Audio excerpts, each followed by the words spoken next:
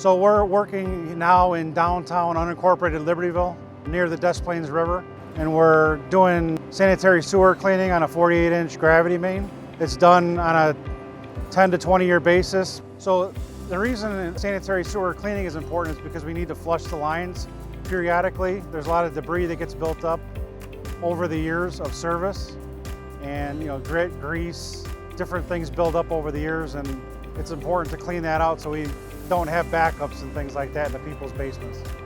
So this particular project, they're cleaning 3.5 miles roughly of 48-inch sanitary sewer, and it starts up on Buckley Road and runs all the way to downtown Libertyville. Lake County Public Works owns and maintains roughly 370 miles of sanitary sewer pipe ranging from 6/8 inch all the way up to 72 inch. So the truck behind us is the truck that the county uses to clean. It's what it is, it's a 3,000 to 4,000 PSI nozzle that we shoot up the mains, and then high pressure nozzles draw the material back to the tube, and we remove the debris that way.